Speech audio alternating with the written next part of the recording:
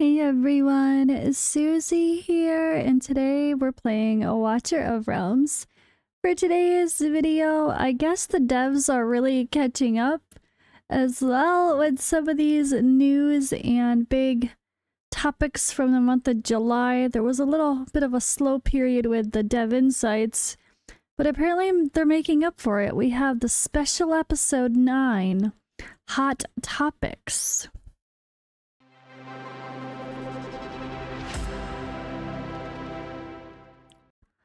Alright, so this was like literally posted like 15 minutes ago, and I was lying in bed about to take a nap, and then I realized I threw my pillow in with Lily when she was trying to nap. I didn't have a pillow, and I was like, oh, it's fine, I'll lay down anyway. I grabbed my phone, and I see a white dot for Dev Insights, and I'm like, didn't I just click that yesterday? Like, wasn't there just a Dev Insights yesterday? There was, but there's more. Oh wait, there's more. So we have a long, not really, only 4 questions. Hot Topics special episode. This usually has big, juicy reveals. But we also know that the Forerunner server had some insane, juicy updates. So some of that might be covered here. I don't know, but let's dive in. Question 1. Oren anchored setups are nearly impossible to crack right now. No matter what I bring, I can't break through, and it makes attacks feel decided before they even start. Any plans to give the attacking side real tools to answer these compositions? So, of course, Guild War. We flagged this feedback in a previous Dev Insights and mentioned that more options for attack inside are on the way. Here's a concrete version. Next season, we're adding a new faction, a new lineup of stone-type demon soldiers, built to expand what the attacking side can do.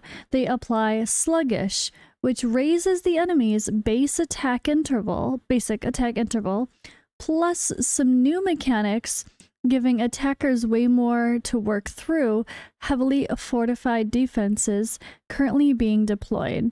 Our previous approach to balance leans in adding depth, not dialing heroes back. More strategic options and solution paths, especially for guilds newer to GvG or still climbing the ranks, allowing more teams to have a real shot at these setups and opens up more strategical options for both attacker and defender. So sluggish stone types, they think will be a counter to Oren, maybe? They're hinting? I don't know. Alright, question 2. The concept is fun, but there is no way to communicate. No tactical pause, and teammates keep stacking heroes on the same tiles and bricking the run. Most of my losses come from lag and zero coordination, not the actual challenge. Any proper co-op tools? Okay, they are really lacking in their questions today. Both questions have no context of what the actual area of the game is. Like, just question 2, RE, like, Final Frontier. Question 1, Guild War. I don't know. Okay, but they reply, Final Frontier is an exploration in co-op mode. Okay. And honest thoughts like this are exactly what we hoped it'd bring out. We built Final Frontier to lean hard into real teamwork, a mode where positioning, timing, and teamwork decided the run, while lone wolfing or careless play can wipe the group. That demand for coordination is intentional. There's another red dot. Oh god, what just happened, guys? We'll look afterward. But what isn't intentional is getting wiped because you had no way to coordinate in the first place. The difficulty should come from the boss raid, not from the fighting the interface. That's part of what we're fixing. Revamping Final Frontier content will bring in the tools a mode like this needs. In-battle communication, which allows tactical commands to be issued dedicated deployment zones so nobody bricks by running a run by stacking on the same tiles, and game speed options. We're also adding more pre-battle setups so you can go in prepared without us dialing down the challenge itself. We want co-op modes to deliver a new kind of teamwork in Watcher of Realms, where players win together and build real friendships forged through hard-fought battles. So, this is one of those that can go either way. I hate the idea of co-op modes, especially when you're forced to actually do something live with someone else, because ain't nobody got time for that. In time zones and whatever. But I get it. Like, have I played games where that matters? Sure. When I was younger, I enjoyed that. Not now.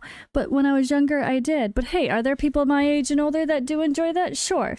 I'm not saying only young people enjoy live gameplay with their friends, but it's not a realistic thing for most players that are targeted by the mobile gacha genre.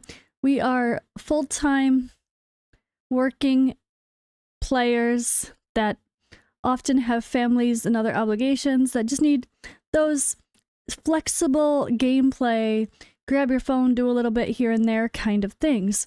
But some people can no-life it, or some people want more. And I do think it's okay that there is the option for more.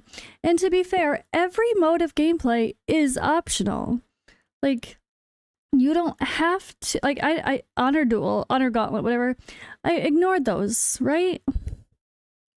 When Immortal Codex is around, I do what I can, but I don't stress getting SSS on every new hard thing that came out. Sometimes I do, sometimes I don't. Zombie Invasion. Sometimes I forget it entirely in the past. So what? I missed one summon. It's not the end of the world. Final Frontier, no different. I think I did like a few battles and then was like, all right, that's it. I'm done. I did a little bit to get some rewards and that was it. And that's okay too. I may never touch Final Frontier ever again. And that's okay too. I would rather there be extra modes of gameplay that do not appeal to me or to niche or other people, whatever, but that allow other players, you know, to be happy too. So I hope people don't feel stressed like they're forced to do co-op. You're not forced to do anything. If you say the game forces me to do something, you're probably wrong, unless it's like a progress mission that has a, if they added in the init missions, the Odyssey quests, to do Final Frontier, that would not be good, right? Or to do anything that's like live arena, live whatever, that would not be ideal. But they didn't, I don't think. At least not to where I've gotten. But yeah, I think that no one's forcing you to do everything at the end of the day. So this is good that they have this. This is intended. This is intentional. It is intentional to play with other people with real teamwork. That is the whole point of this mode. Fair enough. I say fair enough. And we are the ones choosing to be lazy or not do that. Or be solo. We are choosing that. So if we choose that, you can't expect the same efficiency. Right? Right. Onward. Question 3. Lots of characters with story ties still don't have a bond skill, and every bond in the game is a positive one. Could we get some bonds for more of these relationships? Maybe an enmity bond for rivals and betrayals, not just friendly pairs. That's interesting. So hi, Commander. It's genuinely great to see how deep you go into the world and ties between characters. That's exactly the kind of connection we hoped this would cast would spark. In our third anniversary, we built a grand archive, home of the chronicles and relationship chart. You can dig into the lore and see how the cast connects. It'll grow over time. We're making it richer and more alive. On bond skills specifically, a bond isn't just a node to a shared story. When we design one, we weigh in the art, the faction story, and each hero's personal history together, so it lands as something truly fits both characters, rather than a hasty checkbox for any pair with a connection. There's also why some relationships you expect are not implemented yet. There's more coming here. I mean, like, something as simple as Akira and Vera are sisters. Why not give them a bond? But, yeah, I guess not literally everyone that has a connection could have a bond. Zillatu and Arrogance are siblings as well. Do they need a bond? No. Yeah, I don't know. It could go either way. But they do say, an enmity-based bonds are a fun one to chew on. They do hand us a puzzle, though. A positive bond buffs both heroes. So what would a rivalry do? Debuff your own 2 units? Hard to picture anyone running that on purpose. So here's one back at you. How would a bad blood bond actually work in a way you'd want to field? We're all ears. See, look at that. They're asking for comments. So guys, let me know in the comments below. I will share any of your opinions on this one with the team back as a reply. So comment in this video, what do you think a bad blood bond would actually look like? I think for me personally, if people are rivals, it would be nice if they, I don't know, maybe do more damage just against each other when they're enemies. Not when they're on the same team, though. Because you definitely wouldn't want, like, to be punished if you had the same people in the same team, because that's silly. That it would force you to not use characters together, and that could have a negative result, not a positive one. I think the whole point is like when the other guy's on the enemy side. But then what? Should it be very based on the lore? If one side wins, is that one side that won, that character, do they get the buff and the other guy gets a hindrance always? Like, this guy just always takes more damage. It could be as simple as that, to be fair. Like, whoever takes more damage versus whoever. But it shouldn't work both ways, because then that's just kind of like another or it could be like affinities in other games. I don't know. That's a hard one to give an exact example for. So let me know if you guys have any ideas in the comments below. All right, and then question 4. Let's see. Gallery of War is a fun mode, but the difficulty is a steep wall to climb. So a lot of newer and more casual players bounce off it before they get much out of it. The mode needs to be nerfed. Yeah, I definitely didn't do much of it. It was pretty hard. It was really hard. But it's clever. I didn't dislike it. They're going through community discussions on Gallery of War. Great to hear the mode's fun enough that it feels fresh. Here's what we want from it. A mode that's rich in strategy but sets no hard requirement for tedious micromanagement. Where the challenge generates from your choices and where OG heroes can get their moment again. Here's where we're taking it next. 2 optimizations are in the works.